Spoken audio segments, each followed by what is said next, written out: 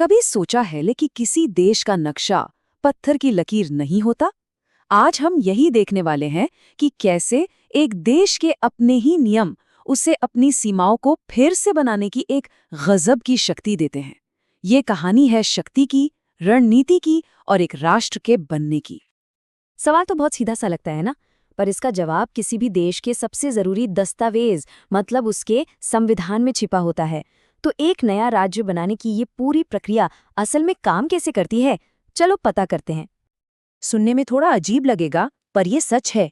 एक पूरे देश का नक्शा बदलने की इतनी बड़ी ताकत सिर्फ एक लाइन से, एक वाक्य से आती है। चलिए देखते हैं वो वाक्य कौन सा है। तो चलिए सीधे उस पावर के सोर्स पर चलते हैं। ये सब कुछ छिपा है हमारे संविधान के आर्टिकल 2 में। ये है वो पावरफुल लाइन। चलिए इसके दो मेन हिस्सों को समझते हैं। एक है प्रवेश कराना और दूसरा है स्थापना करना। ये दो शब्द संसद को देश की सीमाओं को फिर से डिफाइन करने की पूरी आज़ादी देते हैं। तो संसद के पास ना दो रास्ते हैं। पहला है प्रवेश कराना, मतलब किसी मौजूदा इलाके को, मान लीजिए कोई पुरानी रियासत हो, उसे भारत में शामिल कर लेना। और दूसरा है स्थापना करना, मतलब बिल्कुल स्क्रैच से, जीरो से एक नया राज्य बना देना। इन दोनों ताकतों से भी ज्यादा जरूरी है इस आर्टिकल का आखिरी हिस्सा। यहीं पर असली खेल है, यहीं से संसद को सबसे ज्यादा फ्लेक्सिबिलिटी मिलती है। जो वो ठीक समझे, बस ये चंद शब्द और सारा खेल बदल जाता है। ये संसद को एक तरह से ब्लैंक चेक दे देता है।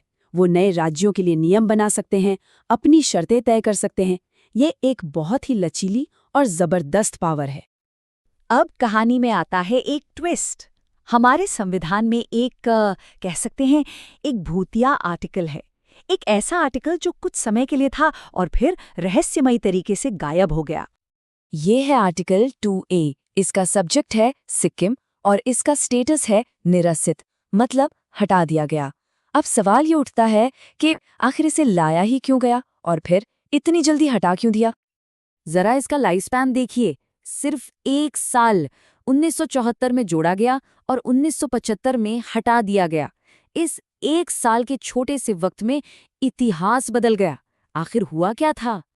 इस पूरी पहेली का जवाब छुपा है इस एक शब्द में, संयुक्त राज्य। ये एक बिल्कुल ही यूनिक और पहले कभी न देखा गया स्टेटस था, जिसे खास तौर पर सिर्फ एक ही जगह के लिए बनाया गया था, सिक्किम। तो चलो इस कॉन्स्टिट्यूशनल मिस्ट्री को सॉल्व करते हैं और देखते हैं कि कैसे सिक्किम ने संयुक्त से पूर्ण राज्य तक का सफर तय किया और क्यों आर्टिकल 2A इस पूरी यात्रा का एक इतना जरूरी हिस्सा था। देखिए फर्क बहुत बड़ा था। संयुक्त राज्य का मतलब था एक तरह से टेम्पररी मेंबरशिप, जिसके अधिकार भी लिमिटेड थे।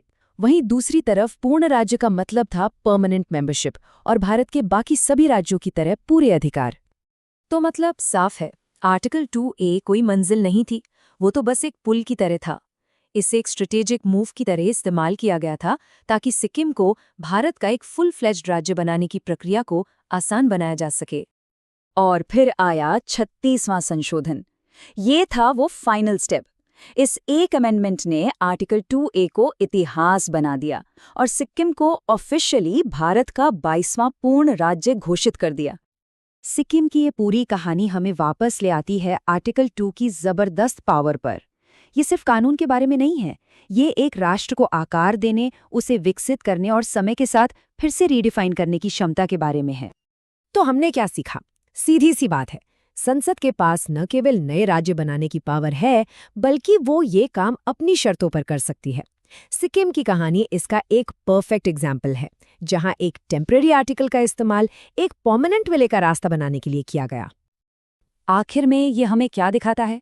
यही कि हमारा संविधान सिर्फ नियमों की एक किताब नहीं है, ये एक जीता जागता सांस लेता हुआ दस्तावेज है। एक ऐसा टूल किट जो एक देश की बदलती जरूरतों के हिसाब से ढल सकता है और उसे आकार दे सकता है।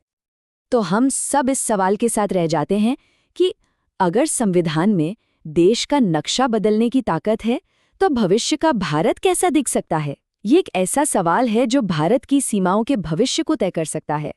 सोचने के लिए एक बहुत पावरफुल आइडिया।